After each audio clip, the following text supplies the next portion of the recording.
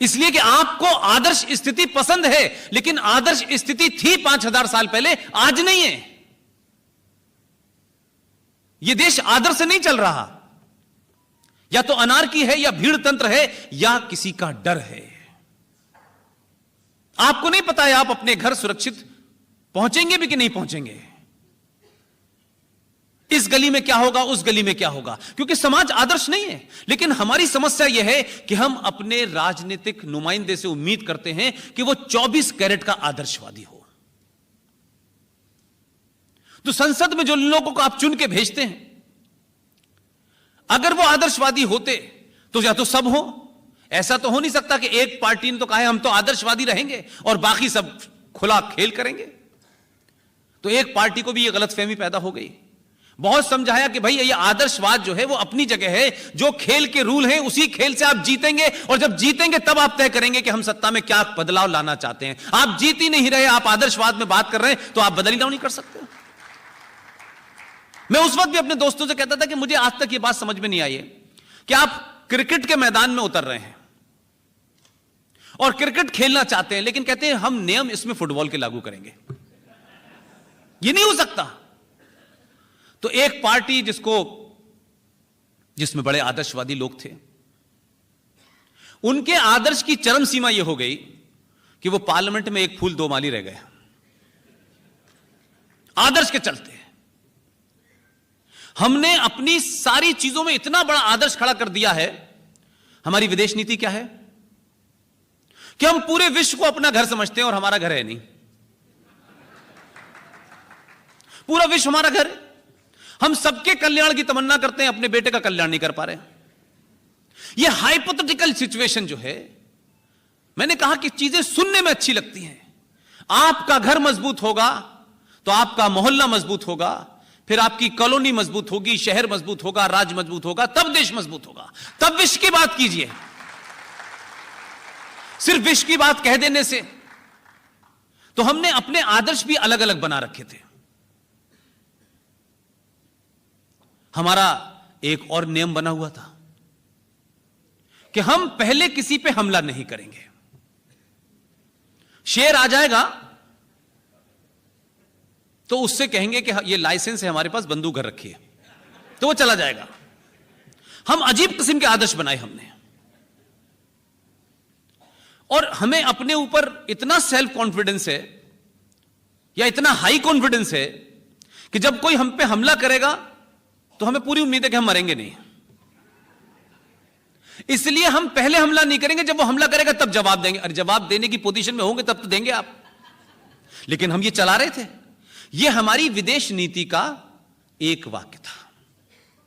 क्योंकि थोड़ा बहुत हॉकी में खेला हूं, हमारा राष्ट्रीय खेल है हॉकी, और जब यह देश आजाद नहीं था तब ध्यानचंद ने किस किस को हराया। उस हॉकी का एक ही वाक्य है, एक ही उसकी लाइन है जिस पे वो पूरा खेल खड़ा हुआ है, attack is the best defence.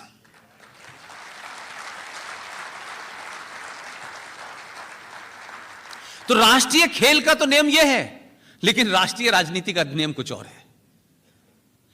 अभी क्या हो रहा है कि हमको ये बातें सुनने की आदत पड़ चुकी थी, तो किसी ने आके कहा नहीं नहीं नहीं नहीं ऐसा नहीं, थोड़ा ऐसा है। तो बहुत दिन तक हमारी आदत हो जाती है ना कि हम उस नशे में रहना चाहते हैं जो नशा हम पिछले 70 साल में था। अच्छा था, बुरा था, बस यही अच्छा है, ठीक है यार, अब हम बदलना नहीं चाहते।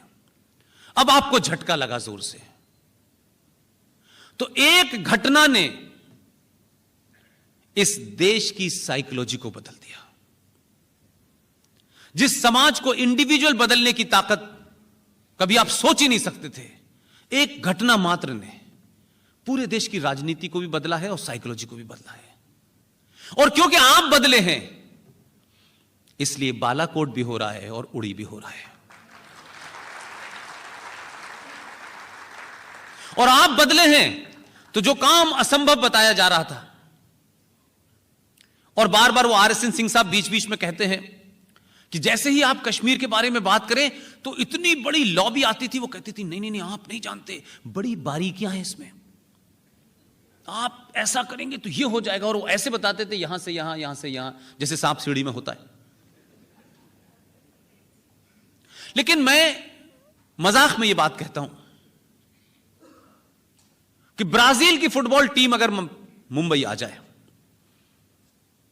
और बोरीवली के लोगों से कहे हम आपसे एक मैच खेलना चाहते हैं, मेरा दावा है आप उसे 12 गोल से हरा देंगे।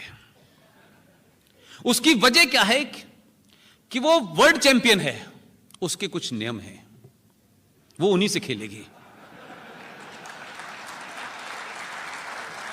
आपका कोई नियम नहीं है, आप टांगों के नीचे से भी चले जाएंगे, ऊपर से भी चले जाएंगे, कुछ भी कर देंगे, 12 गोल से वो हार जाएगी। लिहाजा आपका नियम था, आपने 3 युद्ध लड़े, तीनों युद्ध में आपने इनिशिएटिव नहीं लिया, इनिशिएटिव ही नहीं लिया आपने। उन्होंने हमला किया, हम फिर वापस उनको घर तक छोड़ के आए। लेकिन अभी आपने कोई हमला नहीं किया है।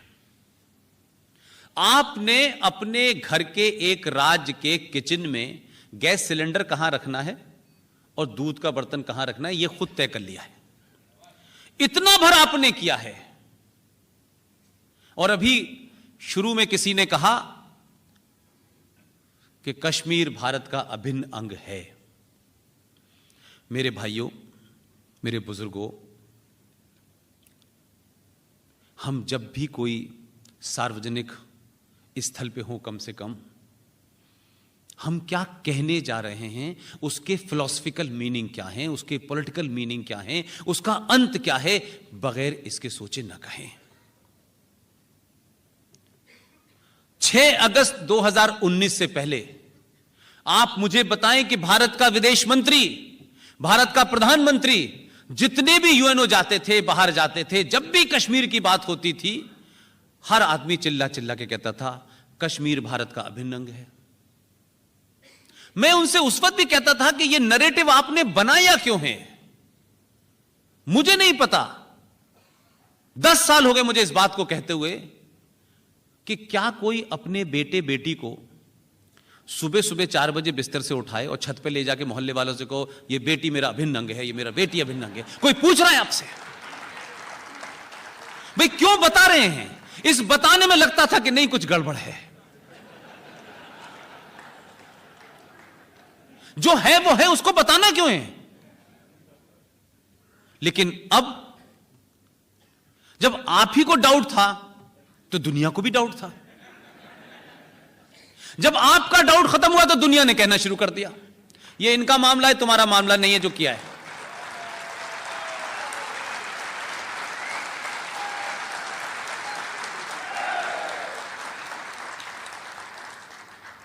लिहाजा धारा 370 और 35 पे हट रही थी तो हमारे कुछ मित्र कहा करते थे कि पुष्पेंद्र इससे बड़ा फायदा क्या होने वाला है। मैंने कहा इससे कोई बहुत बड़ा फायदा नहीं होने वाला, लेकिन जो मेजर फायदा होगा देश को, राष्ट्र को,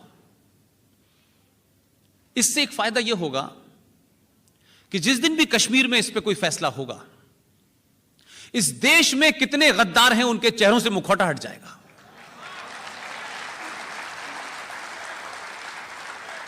पाकिस्तान क्या कहेगा, बांग्लादेश क्या कहेगा, सऊदी अरब क्या कहेगा, उनके बारे में सबको पता है, उसकी कोई चिंता नहीं थी।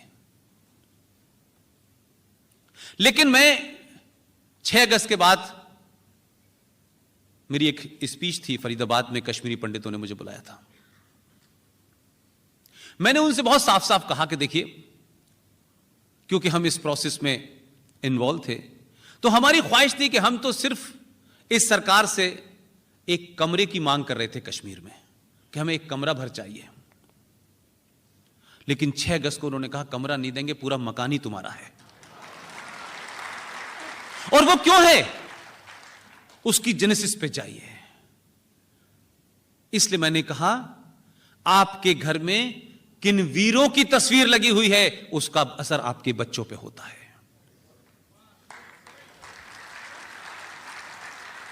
आज 2 अक्टूबर है।